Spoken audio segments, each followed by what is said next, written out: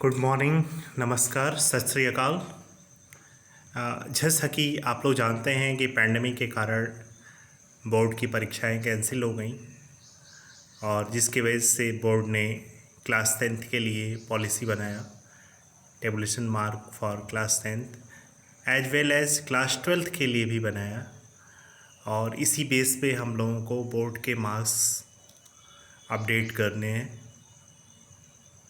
ये वीडियो मैं लोगों को हेल्प करने के लिए बना रहा हूँ ताकि अगर डायरेक्ट चीज़ें समझ में नहीं आई तो आप इसके थ्रू समझने का प्रयास कर सकते हैं। इसको कहीं चैलेंज नहीं किया जा सकता। देखिए, मोड ऑफ असेसमेंट के लिए 3 एलिमेंट्स बोर्ड ने कंसिडर किया है।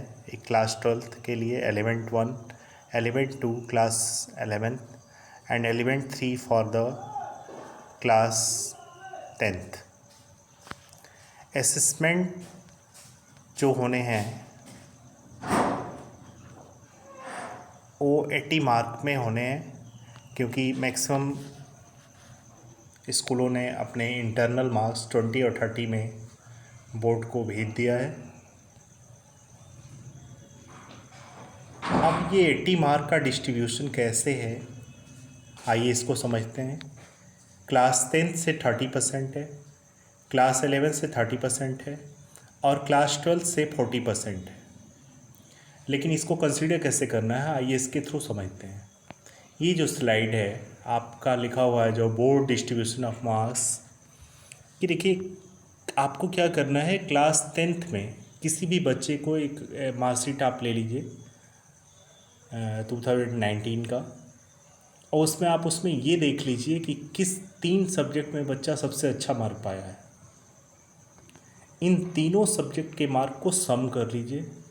सम करके 3 से डिवाइड कर देंगे तो आपको एवरेज निकल आएगा, और उसका 30% जब आप निकालेंगे तो आउट ऑफ 24 मार्क बच्चे को मिलेगा। जैसा कि यहाँ पे लिखा हुआ है 80 के सामने देखिए 10th के नीचे 24 लिखा हुआ है, तो उसको 24 में जो मार्क मिलेगा वो 24 में होगा, वो 10th का 30% हो जाएगा। इसी तरह हर एक बच्चे का बेस्ट 3 सब्जेक्ट के मार्क को आप 3 से डिवाइड करिएगा सम करने के बाद, जो आएगा उसका 30% निकाल लीजिएगा तो आउट ऑफ 24 हो जाएगा। इसी तरह से थ्योरी के मार्क क्लास 11th के 30% लेना है, और क्लास 12th में जो हम लोगों ने बोर्ड एग्ज़ाम करवाया है, प्री बोर्ड कराया है, टर्म एग्ज़ाम कराया है, हाफ ईयरली एग्ज़ाम्स कराए हैं, उन बेस पे आपको 40% मार्क ले लेने हैं। अब ऐसा करने से आप देखेंगे कि देखिए 20 मार्क आपका हो गया प्रैक्टिकल का, या 30 मार्क, जैसे फिजिक्स केमिस्ट्री बायोलॉजी है उसके 30 मार्क होते हैं।